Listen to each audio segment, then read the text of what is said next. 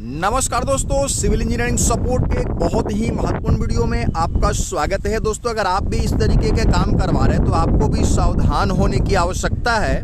दोस्तों, आपको भले ही लग रहा होगा कि साइट पे सब कुछ सही चल रहा है, लेकिन वास्तव में यहाँ पे बहुत सारी गलतियाँ दोस्तों मिस्त्री के द्वारा किया जा रहा है, जो कि आप अपने साइट पे रोक सकते हैं। दोस्तों, वैसे तो बहस छिड़ रहती है कि घर में कितना मोटा सरिया लगाना है या फिर कौन से कंपनी का सरिया लगाना है, इस बारे में हर कोई सोचता है।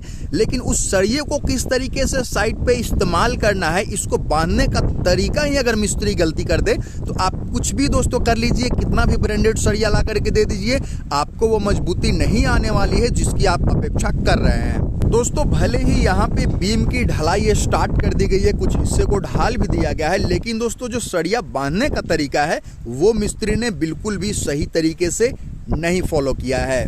दोस्तों, चलिए देख लेते हैं कि आखिरकार मिस्त्री से क्या गलती हो रहा है सरिया को बांधने में। बीम का जो सरिया है उसको किस तरीके से बांधा जाना चाहिए और किस तरीके से साइड पे बांधा जाता है। लेकिन उससे पहले दोस्तों एक एग्जाम्पल के तौर पे समझाना चाहूँगा। दोस्तों, मान करके चलिए कि ये लकड़ी आपका बीम है, ठीक है। बीम के ऊपर जब भी लोड आएगा, चाहे वो ब्रिकवर्क का हो या फिर दोस्तों अदर पार्ट का हो, अगर लोड बहुत ज़्यादा बढ़ जाता है दोस्तों तो बीम आप देख सकते हैं इस तरीके से ये यू शेप ले लेता है। इस तरीके से दोस्तों आप देखेंगे कि मुड़ता हुआ आपको बीच में सबसे ज़्यादा दोस्तों झुका हुआ ये पार्ट आपको देखने को मिलेगा।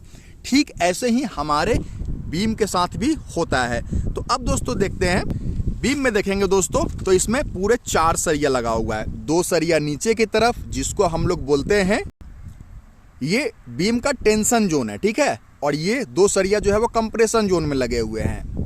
अब बीम पे लोड आ रहा है दोस्तों, तो बीम हमारा कुछ इस तरीके से मुड़ना चाह रहा है। आप अगर अपने डे टू डे लाइफ में भी देखते होंगे दोस्तों कि लकड़ी को अगर बहुत ज़्यादा ऊपर में इस तरीके से दबाव डालूं तो ये ऊपर से कभी नहीं टूटेगा। आप ध्यान दीजिएगा, आप भी अपने घर के आसपास कोई लकड़ी होगा उस पर प्रैक्टिकल करके देख सकते हैं। ये ऊपर से कभी नहीं टूटने वाला। जब भी टूटेगा दोस्तों तो ये नीचे से टूटने वाला है, ठीक है। तो नीचे में बीम का हमने बताया था ये है टेंशन जोन। हमेशा बीम पे लोड पड़ेगा तो खिंचाव में यही वाला जोन आने वाला है, मतलब यही दोनों सरिया जो है वो खिंचाव लेगा। ऊपर में है कंप्रेशन जोन, मतलब कि नीचे से खिंचाव आएगा, ये फैलना चाहेगा, लेकिन ऊपर वाला जो पार्ट है दोस्तों, ऊपर का जो 2 सरिया है वो सिकुड़ना चाहेगा। इस तरीके से हमारा देख सकते हैं उंगली का ऊपरी भाग जो सिकुड़ रहा है और पीछे का भाग जो है वो फैल रहा है।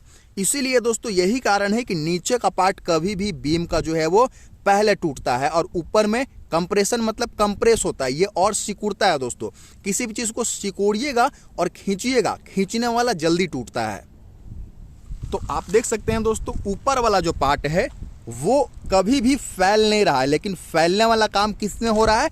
नीचे वाले जोन में हो रहा है। बस इतना आप अगर समझ गए तो मैं आपको बताना चाहूँगा दोस्तों कि आप देख सकते हैं जो बीम में रिंग बांधा गया दोस्तों, या फिर यूँ कहें कि जो स्टीरअप लगाया गया है उसका दोस्तों आप देख सकते हैं, ये आप देख सकते हैं इस तरीके से जो है वो यहाँ पे एक ज्वाइंट है, ठीक है। वो सभी रिंग में आपको देखने को मिलेगा, ये ज्वाइंट आपको देखने को मिलेगा। इसको हम लोग हुक कहते हैं, ठीक है। दोस्तों, बहुत ज़्यादा डिटेल में मैं नहीं जाऊंगा। डिटेल में अगर जाना चाहूँ तो इसके एंगल को लेकर के बहस हो सकती है। साथ ही साथ दोस्तों ये 90 डिग्री पे मुड़ा हुआ ये गलत है, इसको छोड़ दीजिए, क्योंकि जनरली 90 डिग्री पे ही मार्केट में अवेलेबल है और लोग इसी को लगाते हैं। लेकिन जो मिस्त्री ने गलती किया वो ये किया है, जैसे कि नीचे वाला पार्ट फैल रहा था, ठीक है, तो जो पार्ट फैलने वाला है उसमें आप इस तरीके से हुक नहीं दे सकते हैं। ये देख सकते हैं, ये जो हुक है ना नीचे को फैलने वाला है और ये तार से बांधा हुआ है, ठीक है। कभी भी दोस्तों ये फैलने वाला जगह में रहेगा तो ये हुक जो है वो अपना मुंह खोलेगा और इस तरीके से आपका जो स्ट्रक्चर है वो धराशायी होगा। लेकिन दोस्तों उसके उलट अगर ऊपर में देते हैं तो ये चीज़ें फैल नहीं रहा, ये सिकुड़ रहा है, तो ये कभी भी खुलने का चांस नहीं रहेगा। ये बारीकी को आप समझिए। इसलिए दोस्तों बीम के केस में आपको जो है वो हमेशा क्या करना चाहिए कि हुक को अपर साइड में यानी कि कंप्रेशन जोन में ही लगाना चाहिए। लेकिन इसको लगाने का क्या सही तरीका होना चाहिए? एक आपका हुक यहाँ रहेगा, ठीक है, इस साइड में सब ऊपर में ही रहेंगे, लेकिन एक यहाँ रहेगा, दूसरा यहाँ रहेगा, तीसरा यहाँ रहेगा, चौथा यहाँ रहेगा, अल्टरनेट करके, ठीक है। एक इधर तो एक इधर, ठीक है, ताकि एक जगह लोड पड़ने पे दोस्तों मान लीजिए इसको अफेक्ट कर रहा है, ये भी रहेगा तो ये अफेक्टेड हो जाएगा, लेकिन उस साइड रहेगा दोस्तों तो थोड़ा सा रेजिस्टेंस इसका बढ़ जाएगा। और नीचे तो भूल करके भी दोस्तों आपको हुक का मुंह नहीं खोलना है।